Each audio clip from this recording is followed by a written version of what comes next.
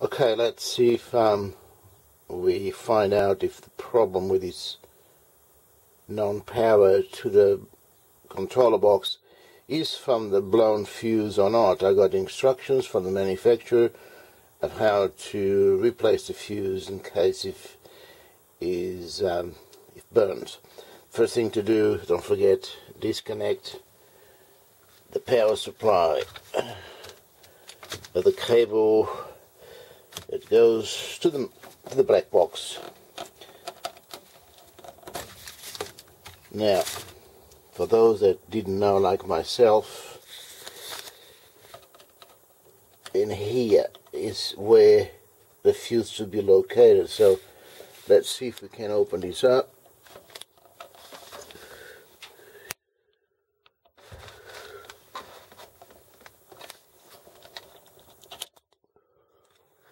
Okay, there he goes. It looks like a little drawer. So don't pull from the sides, just got a little edge in here that you push that out. So it's going like this. Okay, so let's see if the fuse is burned or not.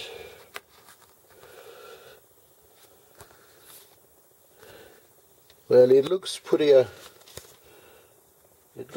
bugged up to me. You can see if I can get a focus here.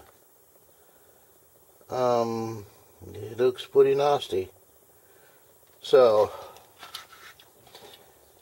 let's go and replace the fuse with the one that came with a little accessory box.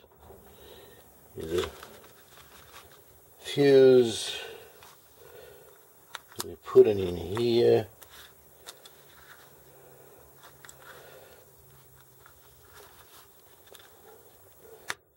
It'll be a bit easier with both hands, but okay, so we're now ready to put this back in.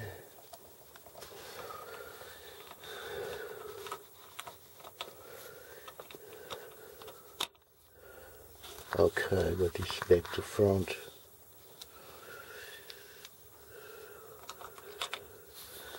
Okay, so flick it in. Make sure he's making good contact. Now what we're going to do is put the power cord on.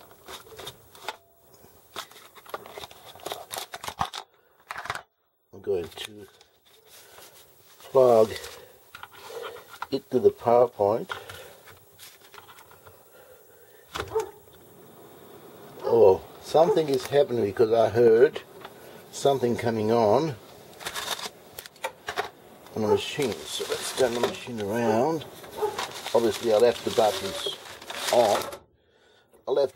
on. And there we go. Okay, you got the VFD button obviously was turned on by mistake. And we can hear the back fan going, but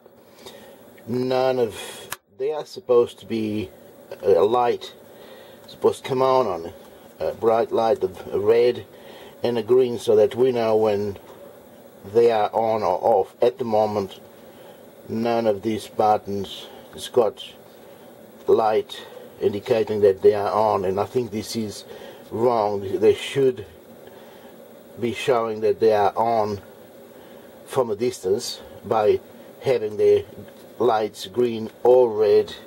So I do require you guys to let me know what to do to get these buttons to lighten up as they should. Thanks, guys.